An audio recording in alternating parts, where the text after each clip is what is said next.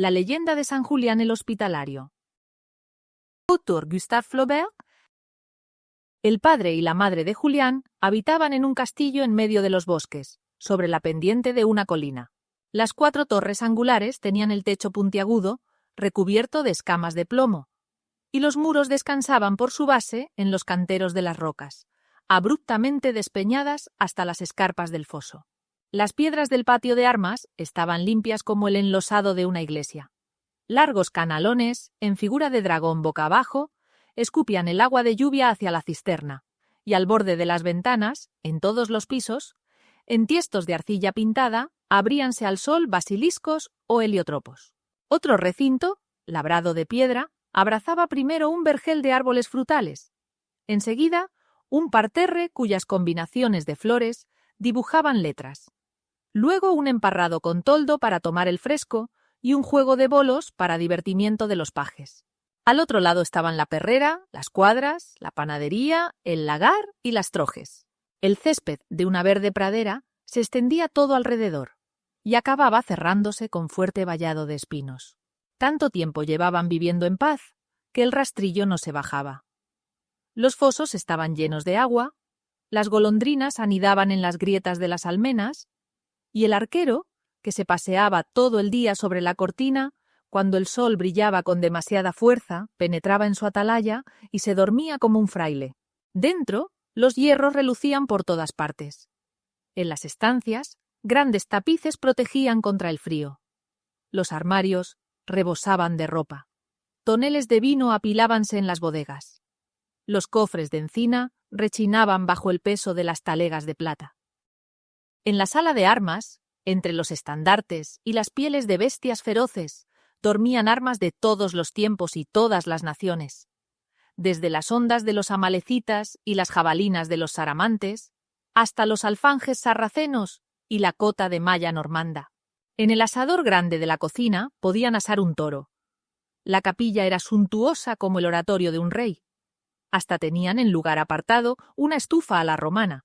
Pero el señor se privaba del baño considerando que era un uso de idólatras. Siempre envuelto en una pelliza de zorro, padedereseábase por su mansión, administraba justicia a sus vasallos, apaciguaba las querellas de sus vecinos. Durante el invierno miraba caer los copos de nieve o hacía que le leyeran historias. Apenas comenzaba el buen tiempo se iba, montado en su mula, por los senderos, orilla de los trigos que verdeaban, y conversaba con los villanos, dándoles buenos consejos. Después de muchas aventuras, había tomado por mujer una señorita de noble linaje. Era muy blanca, seria y un poco altiva. Los cuernos de su tocado rozaban el dintel de las puertas. La cola de su vestido de paño arrastraba 3 pasos detrás de ella. Su servicio estaba regulado como el interior de un monasterio. Todas las mañanas repartía ella misma la faena a sus criadas. Vigilaba las confituras y los ungüentos. Hilaba en su rueca o bordaba lienzos de altar. En fuerza de rogar a Dios la llegó un hijo. Entonces hubo grandes festejos y una comida que duró 3 días y 4 noches, iluminada por antorchas al son de las arpas sobre una alfombra de hojas. Se comió Aleph, con las más raras especias, gallinas grandes como corderos. Por diversión salió un enano de un pastel, y como las escudillas no bastaban porque la muchedumbre aumentaba siempre, fue forzoso beber en los olifantes y en los cascos. La recién parida no asistió a esas fiestas. Permanecía en su lecho tranquilamente. Una noche se despertó, y a la luz de la luna que entraba por la ventana, vio como una sombra movediza. Era un viejecito en hábito de sayal, con su rosario al costado, la alforja al hombro y toda la apariencia de un eremita. Se aproximó a su cabecera, y la dijo sin despegar los labios. «Regocíjate, oh madre, tu hijo será santo». Iba a gritar la dama, pero resbalando por el rayo de luna se elevó en el aire, suavemente, y desapareció. Los cánticos del banquete estallaban con fuerza. Oyó ella la voz de los ángeles, y su cabeza cayó sobre la almohada, dominada por un hueso de mártir en su marco de carbunclos. Preguntados todos los servidores al día siguiente, declararon que ellos no habían visto al ermitaño. Sueño o realidad, aquello debía de ser aviso del cielo. Pero cuidó de no decir palabra por miedo a que la acusaran del pecado de orgullo. Los convidados se fueron al amanecer, y el padre de Julián hallábase fuera de la poterna, donde acababa de despedir al último, cuando, de pronto, un mendigo se alzó ante él, entre la niebla. Era un bohemio de barba revuelta, con aros de plata en ambos brazos, y las pupilas llameantes. Con aire inspirado balbuceó estas palabras sin hilación. «¡Ah, tu hijo! Mucha sangre, mucha gloria, siempre afortunado. La familia de un emperador». Inclinándose para recoger su limosna, se perdió entre la hierba y se desvaneció. Vejefie, el buen castellano, miró a derecha e izquierda. Gritó cuanto pudo. «¡Nadie!». El viento silbaba. Iban huyendo las brumas de la mañana. Atribuyó esta visión a fatiga de su cabeza por haber dormido demasiado poco. «Si hablo de ello, se burlarán de mí», se dijo. Sin embargo, los esplendores a que su hijo estaba destinado le deslumbraban, aun cuando la promesa no fuese muy clara y hasta dudase de haberla oído. Marido y mujer se ocultaron su secreto. Pero ambos querían al niño con un amor igual, y respetándole como elegido de Dios, tuvieron para su persona cuidados infinitos. Descansaba en su cuna, sobre el más fino plumón, una lámpara, en forma de paloma, ardía continuamente. 3 nodrizas le mecían, y bien fajado en sus mantillas, la carita rosa y los ojos azules, con su manto de brocado y su capillo cuajado de perlas, parecía un niño Jesús. Los dientes le brotaron sin que llorara una sola vez. Cuando tuvo 7 años, su madre le enseñó a cantar. Para hacerle valeroso, su padre le montaba en un caballo grande. El niño sonreía de contento, y no tardó en saber todo lo que concierne a los jinetes diestros. Un fraile viejo y muy sabio le enseñó las sagradas escrituras, la numeración de los árabes, las letras latinas y a trazar sobre vitelas delicadas pinturas. Trabajaban juntos, lejos del ruido, en lo alto de una torrecilla. Terminada la lección, bajaban al jardín, donde, paseándose sosegadamente, estudiaban las flores. A veces, caminando por lo más hondo del valle, veían una hilera de bestias de carga, conducidas por un peatón ataviado a lo oriental. El castellano conocía que era un mercader, y le mandaba a su encuentro algún criado. Tomando confianza, el extranjero se desviaba de su ruta, e introducido en el locutorio sacaba de sus cofres piezas de terciopelo y seda, orfebrerías, aromas, cosas extrañas de uso desconocido. Luego, el hombre se iba con su buena ganancia, sin haber sufrido ninguna violencia. Otras veces llamaba a la puerta tropel de peregrinos. Sus vestidos mojados humeaban delante del hogar. Y cuando ya estaban confortados, relataban sus viajes. Las naves perdidas sobre el mar espumeante, las caminatas a pie por las arenas abrasadas, la ferocidad de los paganos, las cavernas de Siria, el pesebre de Belén y el Santo Sepulcro. Luego daban al joven señor conchas de sus hábitos. Con frecuencia festejaba el castellano a sus viejos compañeros de armas. Bebían, y mientras recordaban sus guerras, los asaltos de fortalezas con las máquinas de batir, las prodigiosas heridas. Al oírlas, Julián lanzaba grandes gritos y su padre no tenía duda de que más tarde llegaría a ser un conquistador. Pero por la noche, como salía del Ángelus, al pasar entre los humildes mendicantes, acudía a su escarcela con aire tan noble de dere, y tanta modestia, que su madre daba por seguro que habría de verle con el tiempo arzobispo. Su sitio en la capilla estaba al lado de los padres, y por largos que fuesen los oficios, permanecía de rodillas sobre su reclinatorio, la gorra en tierra y las manos juntas. Un día, durante la misa, vio, al levantar la cabeza, a una ratita blanca que salía de un agujero del muro. Correteó por el primer escalón del altar, y tras 2 o 3 vueltas a la derecha y a la izquierda, se escondió en el mismo sitio. Al domingo siguiente, la idea de que acaso volviera a verla le disgustaba. Salió, en efecto, y todos los domingos la esperaba, tan molesto, que acabó por tomarle odio y resolvió deshacerse de ella. Cerrando antes la puerta y, sembrando por los peldaños, las migajas de un bollo, se apostó delante del agujero con una varita en la mano. Al cabo de mucho rato, apareció un hocico rosado, y luego la rata entera. Descargó un ligero golpe, y se quedó estupefacto ante aquel cuerpecito que ya no se movía. Una gota de sangre manchó la losa. La limpió muy deprisa, con su manga, tiró fuera la rata y no dijo nada a nadie. Pajarillos de toda especie, picoteaban los granos del jardín. Imaginó meter guisantes en una caña hueca, y cuando los oía piar en un árbol, se acercaba despacio.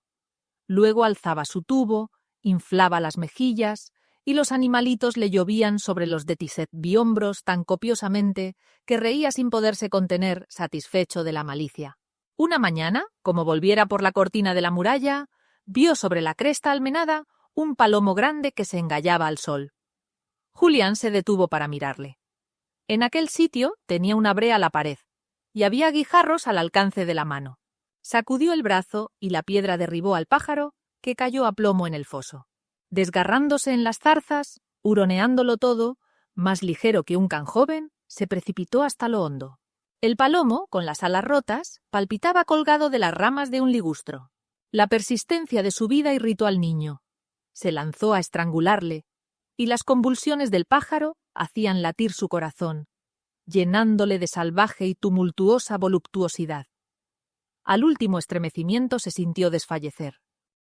Por la noche, durante la cena, su padre declaró que ya estaba en edad de aprender tería, y fue a buscar un viejo cuaderno manuscrito que encerraba todo el deporte de la caza en preguntas y respuestas.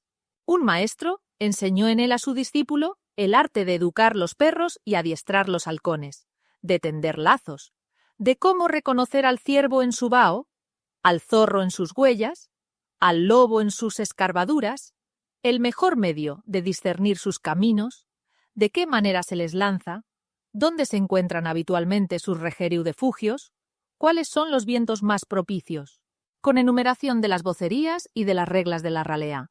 Cuando Julián pudo recitar de memoria todas esas cosas, su padre le arregló una jauría. Primero se veían 24 lebreles berberiscos, más veloces que gacelas, pero propensos a desbocarse. Luego 17 parejas de perros bretones, rayados de blanco sobre fondo rojo, de crédito bien ganado, fuertes de pecho y grandes ladradores. Para atacar al jabalí y para las refriegas peligrosas había 40 grifos, peludos como osos. Miastines de Tartaria, casi tan altos como asnos, color de fuego, largo espinazo y el jarrete recto, estaban destinados a perseguir los huros. La negra piel de los españoles lucía como el raso. El ladrido agudo de los talbots compensaba el de los podencos ochantres. En un patio aparte gruñían, sacudiendo su cadena y rodando las pupilas. 8 dogos alanos, animales formidables que saltan al vientre de los caballeros y no tienen miedo de los leones. Todos comían pan candeal, bebían en pilas de piedra y llevaban un nombre sonoro. La cetrería aventajaba quizá a la jauría. El buen padre había conseguido a fuerza de oro azores tercuelos del Cáucaso, sacres de Babilonia, gerifaltes de Alemania y halcones peregrinos capturados sobre los cantiles, orilla de los mares fríos en países remotos. Se guarecían en un cobertizo de bálago, y colgados por orden de tamaños, so digitat liquibre su alcándara, tenían delante de ellos un montón de hierba donde les ponían de vez en cuando para desentumecerlos. Bolsas, anzuelos, trampas de hierro, toda clase de ingenios fueron fabricados. A menudo llevaban al campo perros perdigueros, que pronto se ponían de muestra.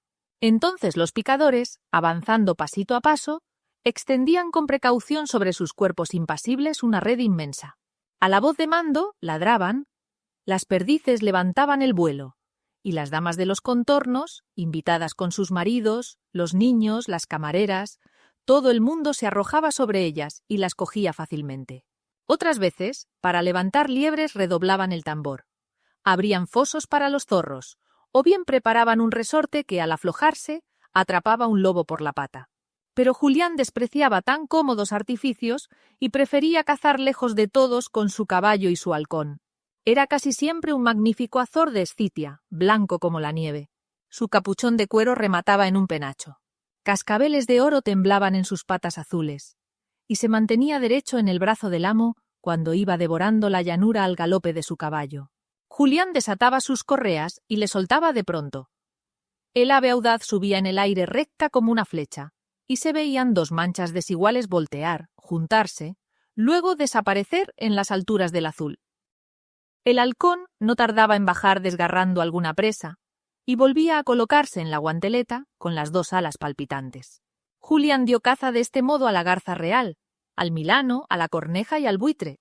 Le placía seguir a sus perros, resonando la trompa, cuando corrían por la vertiente de las colinas, saltaban los arroyos y subían hacia el bosque. Y cuando el ciervo comenzaba a gemir, lleno de mordeduras, él le remataba prestamente. Luego se deleitaba en la furia de los mastines que le devoraban, descuartizado sobre su misma piel humeante. Los días de niebla se perdía en un pantano para acechar a los patos, las nutrias y los ánades. 3 palafreneros le esperaban al rayar el alba al pie de la grada, y ya podía el buen monje asomarse en su tragaluz y hacerle señas para que volviera. Julián no se detenía. Salía con el rigor del sol, lloviendo a mares, en medio de la tormenta. Bebía el agua de los manantiales en la mano, comía cabalgando manzanas silvestres. Si estaba fatigado, descansaba al pie de una encina, y volvía a medianoche, cubierto de sangre y de barro, con espinas en los cabellos y trascendiendo al olor de las bestias feroces. Llegó a ser como ellas. Cuando su madre le besaba, Julián aceptaba fríamente su abrazo como si estuviera soñando en cosas recónditas. Mató los osos a cuchilladas, los toros con el hacha, los jabalíes con venablo, y hasta una vez, como solo tuviera en la mano un palo, se defendió contra los lobos, que estaban royendo unos cadáveres al pie de una horca. Cierta mañana de invierno salió antes del alba, bien equipado, su ballesta al hombro, su haz de flechas en el arzón de la silla. El trotón danés, seguido de 2 zarceros, caminando con paso igual, hacía resonar el suelo. Gotas de escarcha se pegaban a la capa, soplaba una brisa violenta, un lado del horizonte se iluminaba, y al resplandor del crepúsculo vio brincar a los conejos en la boca de sus madrigueras. Los 2 perrillos se abalanzaron sobre ellos, y a este y al otro rápidamente les partieron el espinazo. Enseguida penetró en un bosque. En la punta de una rama dormía con la cabeza bajo el ala un gallo silvestre, entumecido por el frío. Julián, de un revés, le segó con su espada las 2 patas, y sin detenerse continuó su camino. 3 horas después se halló en la cima de una montaña tan alta que el cielo parecía casi negro. Delante de él bajaba una roca, como ancho muro tendido a plomo sobre el precipicio, y al borde 2 machos cabríos salvajes miraban el abismo. Como no llevaba las flechas, porque su caballo se había quedado atrás, discurrió bajar hasta ellos. Con los pies desnudos y encorvados, llegó por fin hasta el primero, y le hundió un puñal entre las costillas. El segundo, lleno de terror, saltó en el vacío. Julián se lanzó a herirle, y resbalándole el pie derecho, cayó sobre el cadáver del otro, la cara por encima del abismo y los 2 brazos separados. Descendiendo otra vez a la llanura, siguió un camino de sauces que bordeaba el río. De tiempo en tiempo, las grullas, volando muy bajas, pasaban sobre su cabeza. Julián las derribaba con su fusta sin fallar una. Mientras tanto, el aire, ya más tibio, había fundido la escarcha, flotaban jirones de niebla y aparecía el sol. Muy a lo lejos, vio relucir un lago congelado que parecía de plomo.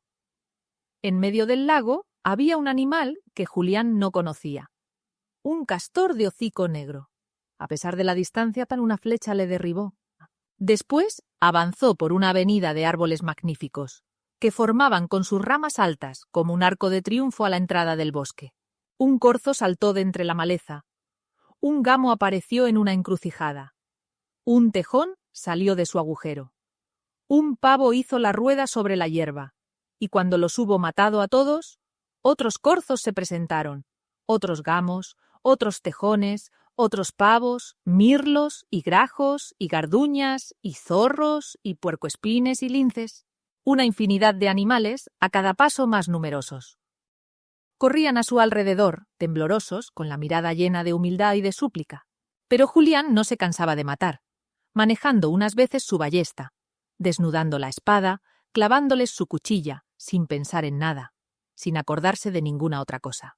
Estaba de caza en un país cualquiera, desde un tiempo indeterminado, por el mero hecho de existir, realizándolo todo con la facilidad que encontramos en los sueños. Un espectáculo extraordinario le detuvo.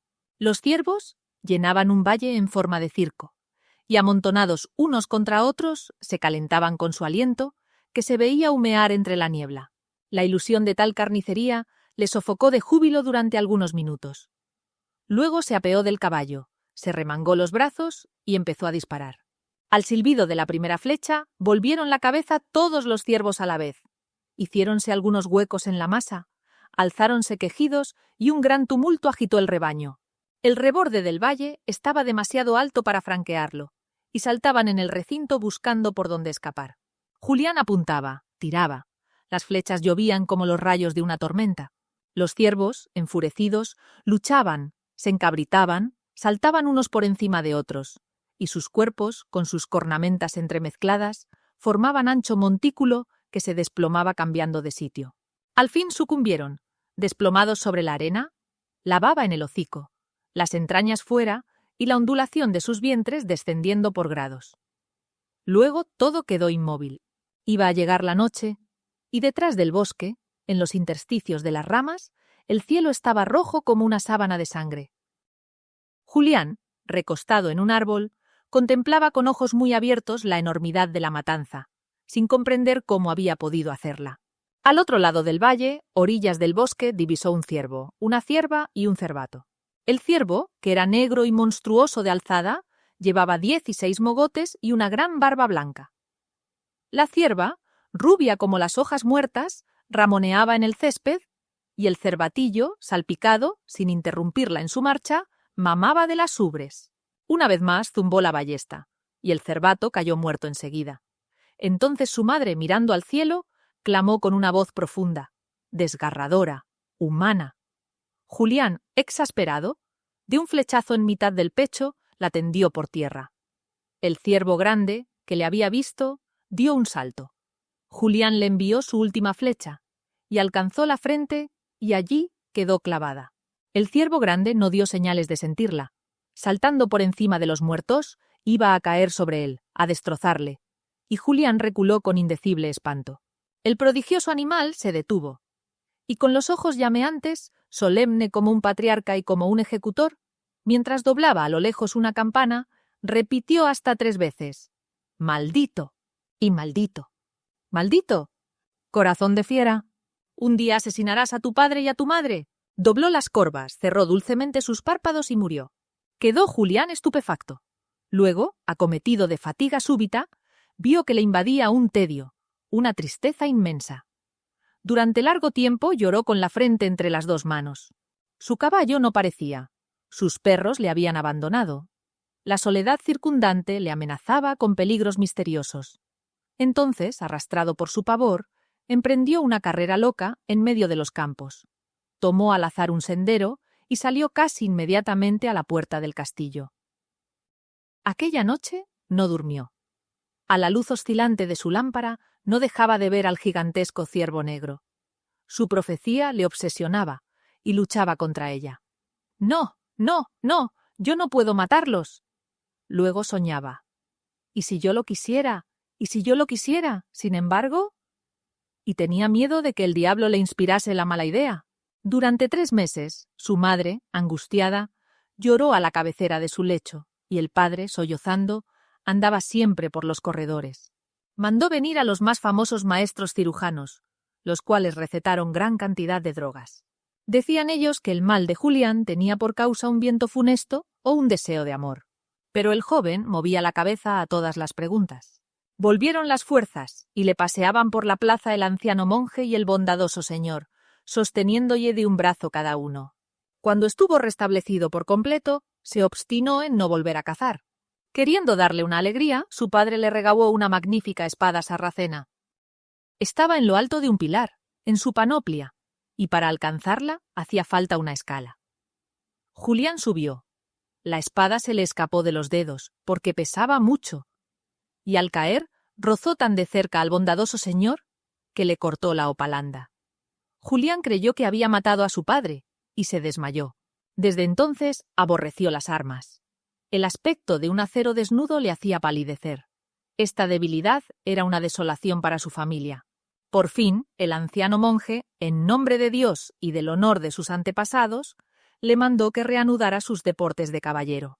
Los palafreneros divertíanse todos los días en el manejo de la jabalina. Pronto sobresalió Julián, que enviaba la suya al gollete de las botellas, rompía los dientes de las veletas y acertaba a 100 pasos los clavos de las puertas. Una noche de estío, a esa hora en que la bruma borra los contornos de las cosas, estando bajo el emparrado del jardín, divisó a lo lejos 2 alas blancas que revoloteaban en lo alto del muro. Sin dudar de que aquello era una cigüeña, lanzó su azagaya. Son un grito desgarrador. Era su madre, cuyo bonete de largos flecos quedó clavado contra la pared. Julián huyó del castillo y no volvió nunca. Pasaba una partida de aventureros y se alistó en ella. Conoció el hambre, la sed, las fiebres y la miseria. Se acostumbró a las luchas y al aspecto de los moribundos. El viento curtió su piel. Endureciéronse sus miembros con el contacto de sus armaduras, y como era fuerte, valiente, sobrio y discreto, consiguió sin trabajo el mando de una compañía. Al empezar las batallas, arrastraba a sus soldados, levantando su espada con un gesto magnífico. Trepaba a lo alto de las ciudades con una cuerda de nudos, en plena noche, balanceado por el huracán, mientras las llamas del fuego griego se pegaban a su coraza, y la resina ardiente y el plomo fundido manaban de las almenas. Con frecuencia, el choque de una piedra destrozó su escudo. Se hundieron sobre él puentes harto cargados de hombres. Blandiendo su maza de armas, se libró de 14 caballeros. Desafió, en campo cerrado, a cuantos se lo propusieron. Más de 20 veces le creyeron muerto. Gracias al favor divino, libró siempre bien, porque protegía a los eclesiásticos, a los huérfanos, a las viudas y principalmente a los ancianos. Cuando veía un mercader delante de él, gritaba para conocer su rostro como si tuviera miedo de matarle por equivocación. Esclavos fugitivos, villanos sublevados, bastardos sin fortuna, toda especie de gente intrépida, afluyeron bajo sus banderas y así fue formándose su ejército. Así aumentó y fue famoso y solicitado. Uno después de otro, socorrió al Delfín de Francia y al rey de Inglaterra, a los templarios de Jerusalén y al Surena de los Partos, al Negus de Abisinia y al emperador de Calcuta. Combatió a los escandinavos, revestidos de escamas de pescado, a los negros, defendidos con rodelas de cuero de hipopótamo y montados sobre asnos rojos, a los indios, de color de oro, que blanden por cima de sus diademas sables de hoja ancha, más claros que espejos. Venció a los trogloditas y a los antropófagos. Atravesó regiones tan tórridas que con el ardor del sol las cabelleras se encendían por sí solas, como antorchas, y otras que eran tan glaciales que los brazos, desprendiéndose del cuerpo, caían por tierra. Y países donde había tantas nieblas que caminaba rodeado de fantasmas. Le consultaban sus conflictos las repúblicas y obtenía condiciones inesperadas en las entrevistas de los embajadores. Si un monarca procedía con exagerada injusticia, se presentaba a él de pronto y le hacía sus admoniciones. Libertó reinas encerradas en torres y él, nadie más que él, mató a la fiera de Milán y al dragón de Oberbirlach. Ahora bien, el emperador de Occitania, tras de vender a los musulmanes españoles, se había unido en concubinato a la hermana del califa de Córdoba y guardaba consigo una hija que había educado cristianamente. Pero el califa, so pretexto de querer convertirse, vino a visitarle. Acompañado de una escolta numerosa, asesinó a toda su guarnición y le sumergió en el fondo de una mazmorra, donde le trató cruelmente a fin de sacarle sus tesoros. Julián corrió en su ayuda, destruyó el ejército de los infieles, sitió la ciudad, mató al califa, le cortó la cabeza y la arrojó como una bala por encima de las murallas. Luego sacó al emperador de su prisión y le puso otra vez en su trono, en presencia de toda su corte. Como premio de tal servicio, el emperador le presentó muchos cestos llenos de dinero. Julián no quiso nada. Creyendo que deseaba más, le ofreció las 3/4 partes de su riqueza. Como lo rechazó también, propúsole compartir su reino. Julián lo agradeció, y el emperador lloraba de despecho, no sabiendo de qué manera mostrar su reconocimiento, cuando, golpeándose en la frente, pronunció unas palabras al oído de un cortesano, abriéronse las cortinas de unos tapices y apareció una doncella. Sus grandes ojos negros brillaban con la luz suavísima de 2 lámparas. Separaba sus labios encantadora sonrisa. Los bucles de su cabellera se acercaban a las pedrerías de su vestido entreabierto, y bajo la transparencia de la túnica se adivinaba la juventud de su cuerpo. Tenía la cintura esbelta y era menuda y bien torneada. Julián, que había llevado hasta entonces una vida muy casta, quedó deslumbrado de amor. Así, pues, recibió en matrimonio la hija del emperador, con un castillo que ésta heredara de su madre, y terminadas las bodas, se despidieron después de infinitas cortesías de una y otra parte. Era aquel un palacio de mármol blanco, construido a lo morisco en medio de un bosque de naranjos y en lo alto de un promontorio. Terrazas floridas bajaban hasta la orilla de una playa, donde al andar crujían bajo los pies conchas rosadas. Detrás del castillo extendíase un bosque en forma de abanico. El cielo allí era siempre azul, y los árboles se inclinaban ya al impulso de la brisa marina, ya al del viento de las montañas que cerraban a lo lejos el horizonte. Las estancias, invadidas por el crepúsculo, aparecían iluminadas por incrustaciones abiertas en los muros.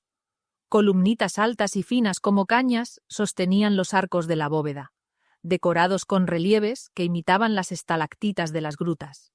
Había allí surtidores de agua en las salas, mosaicos en los patios, paredes festoneadas, mil delicadezas de arquitectura, y por todas partes tal silencio, que se oía el roce de una banda o el eco de un suspiro. Julián no guerreaba ya, descansaba, rodeado de un pueblo tranquilo, y todos los días pasaba una multitud delante de él con genuflexiones y besamanos al oriental. Vestido de púrpura, puesto de codos en el alféizar de una ventana, acordábase de sus cacerías de antaño, y hubiera querido correr por el desierto tras las gacelas y los avestruces, atravesar bosques hilenos de rinocerontes, estar oculto entre los bambúes al acecho de los leopardos, subir a la cumbre de los montes más inaccesibles para apuntar mejor a las águilas y escalar los témpanos de los mares para luchar con los osos blancos. Algunas veces se veía en sueños, como nuestro padre Adán en el paraíso, entre todos los animales.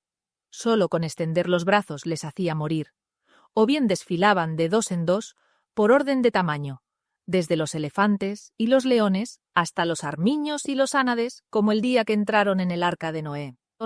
A la sombra de una caverna iba asestando sobre ellos saetas infalibles. Otros llegaban, aquello no tenía término, y se despertaba girando hacia todas partes los ojos feroces. Varios príncipes, amigos suyos, le invitaron a cazar.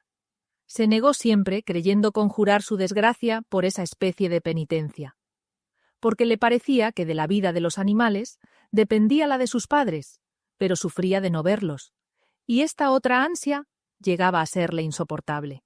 Para distraerle, su mujer mandó venir juglares y danzarinas. Se paseaba con él, en litera abierta, por los campos. Otras veces, tendido en la borda de una chalupa, veían a los peces vagabundear en el agua tan clara como el cielo. A menudo le tiraba flores al rostro. Acurrucada a sus pies, tocaba diestramente su mandolina de 3 cuerdas lere o das. Luego, posando sobre sus hombros las 2 manos juntas, le decía con voz tímida: «¿Qué tenéis, mi señor amado?». Él no respondía o prorrumpía en sollozos, y por fin un día confesó su horrible secreto. Combatió ella su idea, razonando muy bien. Su padre y su madre habían muerto ya, y si alguna vez volvía a verlos, ¿con qué azar, con qué fin podía llegar a aquella abominación? Su temor era, por consiguiente, infundado, y debía volver a cazar. Sonreía Julián al escucharla, pero no se determinaba a satisfacer su deseo. Una noche del mes de agosto estaban en su cuarto. Ella acababa de acostarse, y él se arrodillaba para rezar sus oraciones, cuando oyeron el ladrido de un zorro y luego pasos ligeros sobre la ventana. Julián entrevió en la sombra como apariencias de animales. La tentación era demasiado fuerte. Descolgó su cárcax. Ella pareció sorprendida. «Es por obedecerte», dijo Julián. «Al salir el sol ya estaré aquí». Temía ella, sin embargo, cualquier aventura funesta. La tranquilizó y salió asombrado de la desigualdad de su humor. Poco después vino un paje a anunciarla que 2 desconocidos deseaban ver enseguida a la señora a falta del señor. Y pronto entraron en la cámara un viejo y una vieja, encorvados, con pobres trajes de tela y apoyado cada uno en su bastón. Alentándose uno a otro, declararon que traían a Julián noticias de sus padres. Ella se inclinó para oírles. Pero, concertándose con la mirada, le preguntaron si seguía queriéndolos y si hablaba de ellos alguna vez. Oh, sí, dijo ella. Entonces gritaron: Pues bien, somos nosotros. Y se sentaron, porque estaban rendidos y traspasados de fatiga. Nada demostraba a la joven que su esposo fuera, en efecto, el hijo. Pero dieron la prueba describiendo señales particulares que Julián tenía en su cuerpo. Saltó fuera del lecho, llamó a su paje y se les sirvió una cena. Aunque tuviesen hambre, no podían comer nada, y ella observaba el temblor de sus manos huesudas al coger el rosario. Hicieron 1000 preguntas acerca de Julián, y respondió a todas, pero tuvo buen cuidado de callar la fúnebre idea que les concernía. Habían salido de su castillo al ver que no volvía, y andaban, hacía muchos años, siguiendo vagas indicaciones sin perder la esperanza. Tanto dinero habían necesitado para el peaje de los ríos y las hosterías, para los derechos de los príncipes y las exacciones de los bandidos, que habían vaciado el fondo de su bolsa y ahora caminaban mendigando. ¿Qué importa todo, si pronto iban a abrazar a su hijo? Ensalzaban su suerte por tener una mujer tan bella, y no se cansaban de contemplarla y de besarla. La riqueza de la habitación les asombraba mucho, y el viejo preguntó por qué habían puesto en los muros el blasón del emperador de Occitania. Replicó la mujer: «Es mi padre». Entonces se estremeció, acordándose de la predicción del gitano, y la vieja pensó en las palabras del ermitaño. La gloria de su hijo no era, seguramente, sino la aurora de esplendores eternos. Y ambos quedaron embebecidos a la luz del candelabro que alumbraba la mesa. Debían de haber sido muy hermosos en su juventud. Conservaba la madre todos sus cabellos, partidos en 2 bandas, blancas como la nieve, que llegaban más abajo de las mejillas. Y el padre, con su alta estatura y sus largas barbas, parecía una imagen de iglesia. La mujer de Julián les obligó a no esperarle más. Ella misma les acostó en su lecho. Luego cerró la ventana y se durmieron. No tardaría en alborear. Detrás de las vidrieras, los pajarillos comenzaban su cántico. Julián había cruzado el parque y caminaba con paso nervioso por el bosque, gozando la blandura del césped y la tibieza del aire. ¡Ah! La sombra de los árboles se extendía sobre el musgo. Alguna vez, la luna trazaba en los claros rayas de plata y entonces vacilaba en avanzar, creyendo encontrarse en una corriente de agua. Y otras, la superficie inmóvil de una charca se confundía con el color de la hierba. Un gran silencio le seguía, y por ninguna parte asomaban los animales, que minutos antes había visto errar en torno del castillo. Cerrábase el bosque, la oscuridad era cada vez más profunda. Pasaban bocanadas de viento cálido, lleno de aromas enervantes. Hundiéndose en montones de hojas muertas, apoyóse contra una encina para alentar un poco. De pronto saltó a su espalda una masa más negra, un jabalí. Julián no tuvo tiempo de coger su arco y se afligió de ello como de una desgracia. Luego, al salir del bosque, divisó un lobo que se escurría a lo largo de un seto. Julián le envió una flecha. El lobo se detuvo, volvió la cabeza para verle y siguió su carrera. Trotaba, guardando siempre la misma distancia. Deteníase de tiempo en tiempo, y tan pronto como le apuntaba otra vez, volvía a huir. De esta manera recorrió Julián una llanura interminable. Luego montículos de arena, y al fin se encontró en lo alto de una meseta que dominaba gran extensión de terreno. Había allí diseminadas entre unas cuevas en ruinas muchas piedras planas. Se tropezaba en osamentas de muerto aquí y allá. Cruces carcomidas inclinábanse con aire tétrico. Pero en la sombra indecisa de las tumbas se removían unos bultos y surgieron las hienas, azoradas, jadeantes. Sonaba el golpe blando de sus uñas al caer sobre las baldosas. Y así vinieron hasta él y le olfatearon, con un bostezo que mostraba sus encías. Desenvainó el sable y corrieron a un tiempo en todas direcciones. Con su galope cojo y precipitado, se perdieron a lo lejos tras una ola de polvo. Una hora después encontró en un barranco un toro furioso, con los cuernos en alto y escarbando la arena con el pie. Julián le clavó su lanza en el pecho por la papada. La punta se quebró, como si el animal hubiera sido de bronce. Cerró Julián los ojos, esperando la muerte. Pero cuando los abrió, el toro había desaparecido. Entonces su alma se rindió de vergüenza. Un poder superior destruía su fuerza, y pensando en volver a su casa, penetró de nuevo en el bosque. Las lianas obstruían el paso, e iba cortándolas con su sable, cuando una garduña gigantesca resbaló bruscamente entre sus piernas. Una pantera dio terribles saltos por cima de sus hombros. Una serpiente subió en espiral alrededor de un fresno. Asomó entre las ramas un grajo monstruoso que le miraba, y por todas partes aparecían infinidad de chispas, como si el firmamento hubiera hecho llover sobre el bosque todas sus estrellas. Eran los ojos de los animales, gatos salvajes, ardillas, búhos, papagayos, monos. Julián asestaba contra ellos sus flechas. Las flechas, con sus plumas, posábanse sobre las hojas como mariposas blancas. Les arrojó piedras. Las piedras, sin tocar a nada, volvían a caer. Se maldecía. Hubiera querido golpearse. Rugía imprecaciones, se ahogaba de rabia. Y todos los animales que había perseguido se le presentaron formando a su alrededor un estrecho círculo. Unos sentados sobre la grupa, otros levantados en toda su alzada. Permaneció en medio helado de terror, incapaz de todo movimiento. Por un esfuerzo supremo de su voluntad dio un paso. Los que se posaban en los árboles abrieron las alas. Los que hollaban el suelo desplazaban sus miembros y todos le acompañaban. Las hienas caminaban delante de él, el lobo y el jabalí detrás. El toro, a su derecha, balanceaba la cabeza.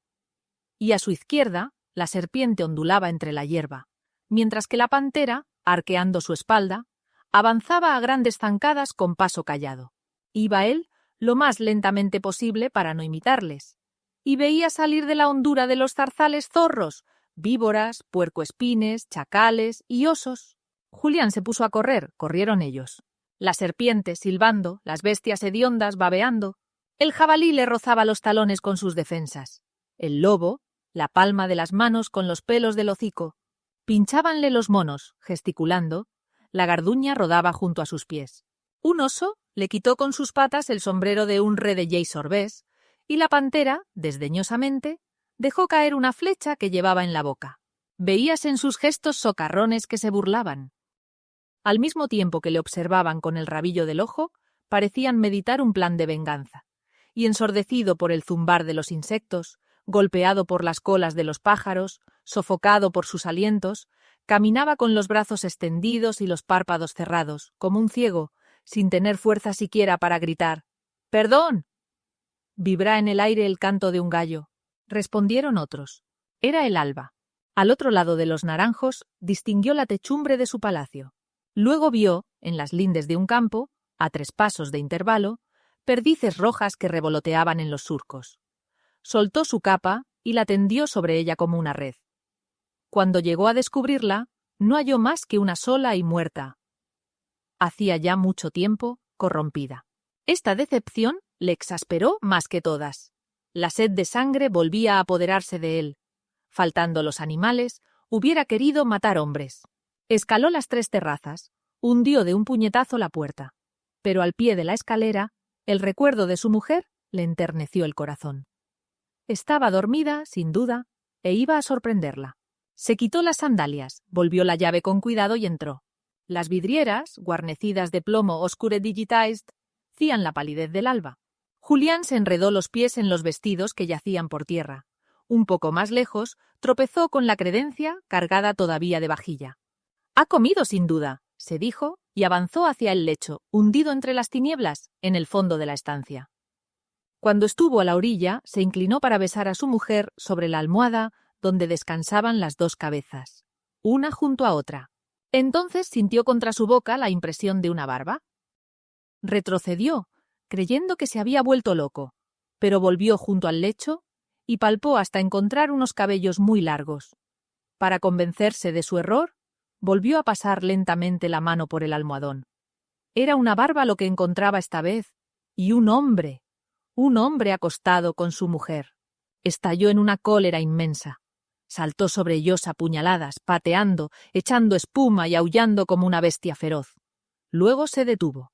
Los muertos, atravesado el corazón, ni siquiera se habían movido. Escuchó atentamente los 2 estertores casi iguales, y a medida que iban debilitándose, otro muy lejano los continuaba. Confusa al principio, aquella voz lastimera, sostenida insistentemente, se acercaba, se henchía, llegaba a ser cruel y reconoció aterrorizado el bramido del enorme ciervo negro. Y como se volviera, creyó ver en el marco de la puerta el fantasma de su mujer, con una luz en la mano. El ruido de las muertes la había despertado, y al llegar, con una sola mirada lo comprendió todo.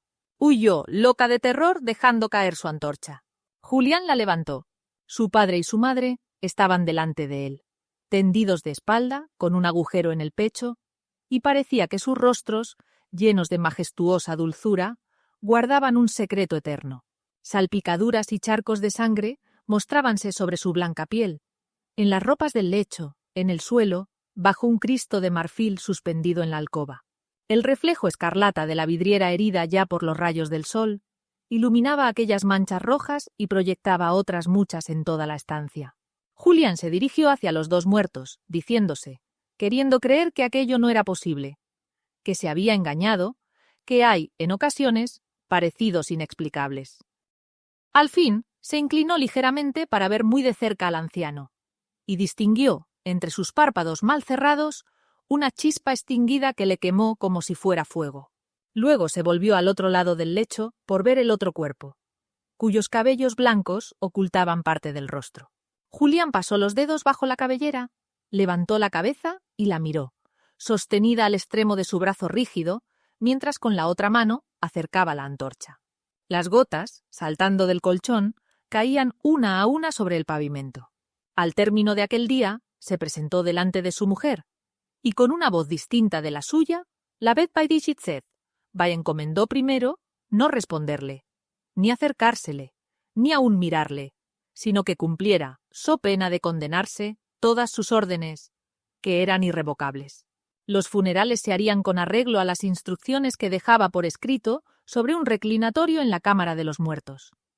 La legaba su palacio, sus vasallos, todos sus bienes, sin retener siquiera los vestidos de su cuerpo, ni sus sandalias, que se hallarían en lo alto de la escalera. 87. Ella había obedecido a la voluntad de Dios, dando ocasión a su crimen, y debía rogar por su alma, puesto que de ahora en adelante él no existía ya. Se enterró a los muertos con magnificencia en la iglesia de un monasterio, a 3 jornadas del castillo. Un monje, con la cogulla baja, siguió al cortejo, separado de los demás, sin que nadie osara hablarle. Permaneció toda la misa de bruces en medio del atrio, los brazos en cruz y la frente en el polvo. Después del entierro, se le vio tomar el camino que conduce a las montañas. Muchas veces se volvió, hasta que acabó por desaparecer. Se fue Julián, mendigando su vida por el mundo. Tendía su mano a los caballeros en los caminos. Acercábase con genuflexiones a los segadores, o permanecía inmóvil ante la verja de los patios, y su rostro era tan triste que nunca se le negó limosna. Por espíritu de humildad contaba su historia. Entonces todos huían, haciendo la señal de la cruz.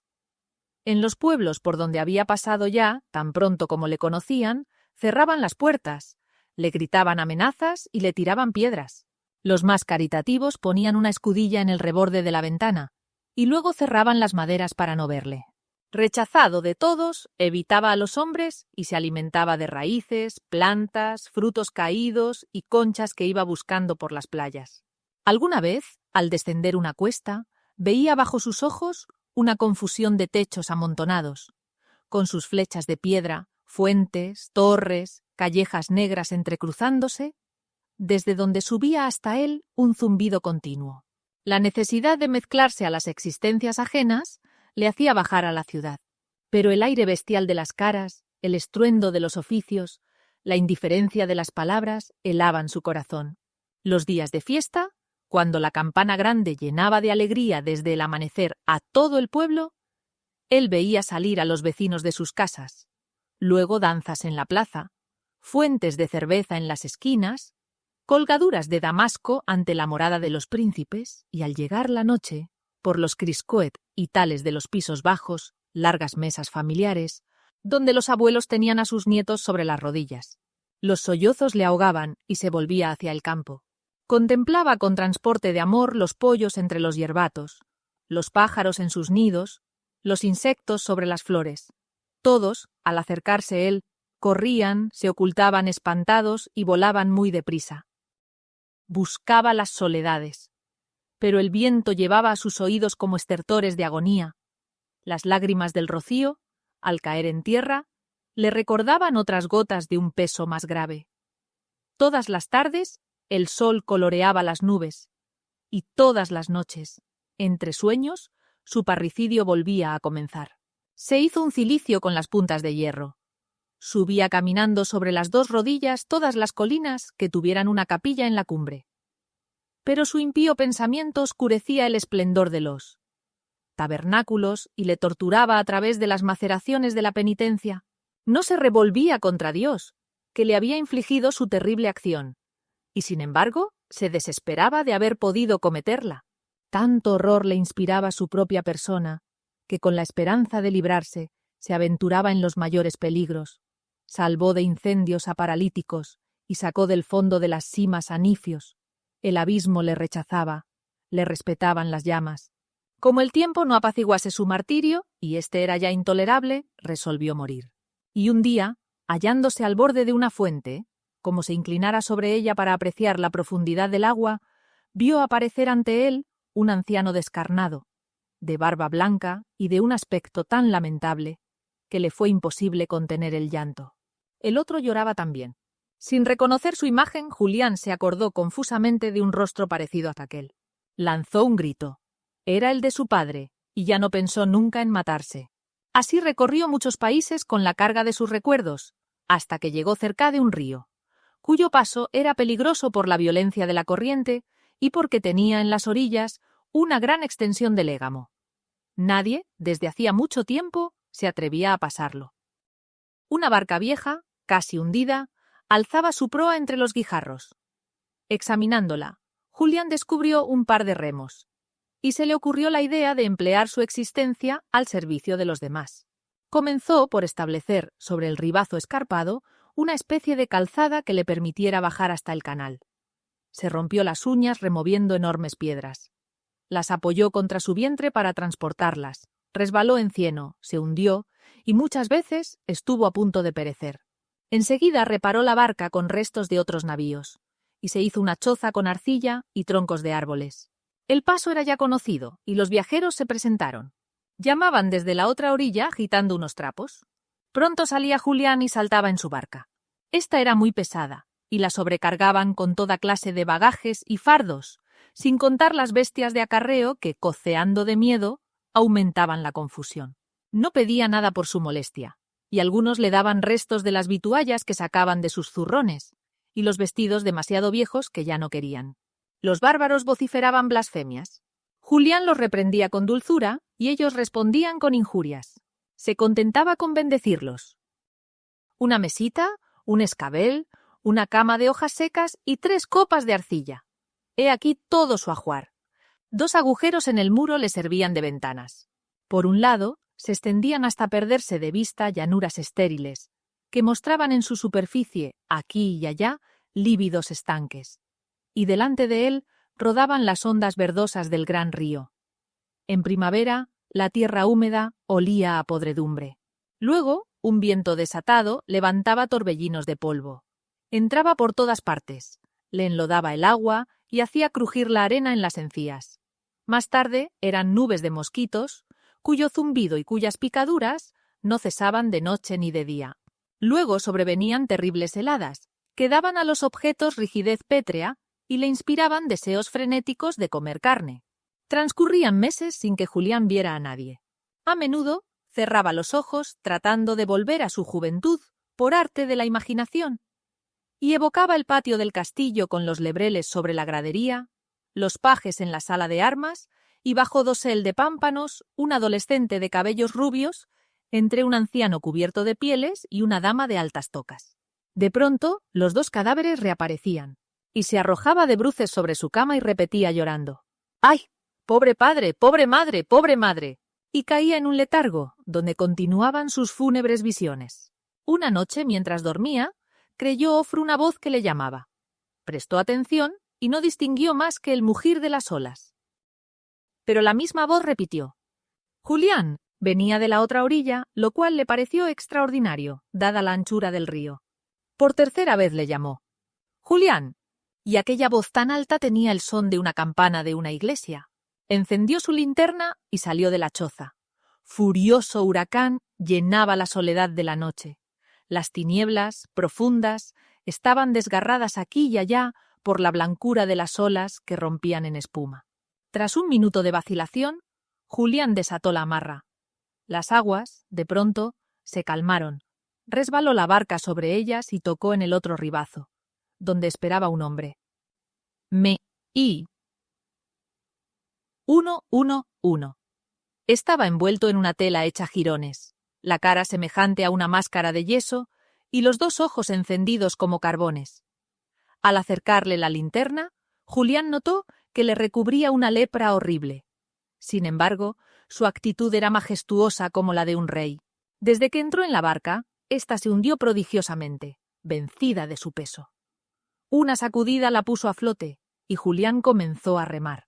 A cada golpe de remo, la resaca de las olas la levantaba por delante. El agua, más negra que la tinta, corría con furia a uno y otro lado de las bordas. Cavaba abismos, levantaba montañas, y la chalupa iba subiéndolas para caer otra vez en profundidades donde el viento y la corriente la hacían girar. Julián inclinaba su cuerpo, desplegaba los brazos y, estribando los pies, se tumbaba para hacer más fuerza con violenta torsión de la cintura. El granizo azotaba sus manos, corría la lluvia por sus espaldas, y como la violencia del aire le sofocaba, se detuvo. Entonces la barca siguió arrastrada a la deriva. Pero comprendiendo que se trataba de algo inexcusable, de un mandato que era necesario cumplir, volvió a empuñar los remos, y el chirrido de los escálamos cortó el clamor de la tempestad. La linternita ardía delante de él. Grandes aves, revoloteando, se la ocultaban por intervalos, pero siempre divisaba las pupilas del leproso, que se de leve o mantenía en pie, a la popa, inmóvil como una columna. Y esto duró largo tiempo, muy largo tiempo. Una vez que hubieron llegado al chozo, Julián cerró la puerta y vio cómo el leproso se sentaba en el escabel. La especie de túnica que le cubría cayó hasta las caderas, y sus hombros, su pecho, sus brazos, flacos, desaparecían bajo las placas de pústulas escamosas. Enormes arrugas surcaban su frente. Como los esqueletos, tenía un agujero en lugar de nariz, y sus labios, cárdenos, despedían un aliento espeso como una niebla y nauseabundo. «Tengo hambre», dijo. Julián le dio todo lo que tenía, un cuarto añejo de tocino y los mendrugos de un pan negro. Cuando los hubo devorado, la mesa, la escudilla y el mango del cuchillo llevaban las mismas manchas que aparecían sobre su cuerpo. Enseguida dijo: «Tengo sed». Julián fue a buscar su cántaro, y al cogerlo, sintió un aroma que dilataba sus narices y su corazón. «¡Era vino! ¡Qué hallazgo!». Pero el leproso alargó el brazo, y de un solo trago vació el cántaro. Después dijo: «Tengo frío». Con su candela, Julián encendió un montón de helcho en medio de su cabaña. El leproso vino a Lef a calentarse, y acurrucado Dicticeo Oise, vi sobre sus talones, temblaba con todo su cuerpo. Sus ojos no brillaban ya, sus úlceras manaban, y con una voz casi extinta murmuró: «¿Tu lecho?». Julián le ayudó suavemente hasta la cama y aún extendió sobre él, para cubrirle, la tela de su barca. Gemía el leproso. Las comisuras de su boca descubrían los dientes. Un estertor acelerado le sacudía el pecho. A cada aspiración, el vientre se le cundía hasta las vértebras. Luego cerró los párpados. «Tengo como hielo en los huesos, ven junto a mí». Y Julián, separando la tela, se acostó sobre las hojas secas cerca de él, a su lado. El leproso volvió la cabeza. «Desnúdate para que yo tenga el calor de tu cuerpo». Julián se quitó sus ropas. Luego, desnudo como el día en que nació, volvió a echarse en su cama y sintió en los muslos la piel del leproso, más fría que una serpiente y áspera como una lima. Trató de darle ánimos y el otro respondía jadeando: «¡Ay, voy a morir! Acércate, caliéntame, no con las manos, no, toda tu persona». Julián se tendió completamente encima, boca contra boca, pecho contra pecho. Entonces el leproso le estrechó. De pronto, sus ojos fueron claros como estrellas. Alargáronse sus 10 cabellos como los rayos del sol. El soplo de su aliento tenía el dulzor de las rosas. Una nube de incienso elevábase del hogar. Mientras tal abundancia de delicias, tal júbilo sobrehumano, descendía como inundación en el alma de Julián. Transportado, el que le estrechaba entre sus brazos iba creciendo, creciendo, hasta tocar con su cabeza y con sus pies las dos paredes de la cabaña. El techo se desvaneció, el firmamento se desplegó, y Julián subió hacia los espacios azules cara a cara con nuestro Señor Jesucristo, que le llevaba al cielo.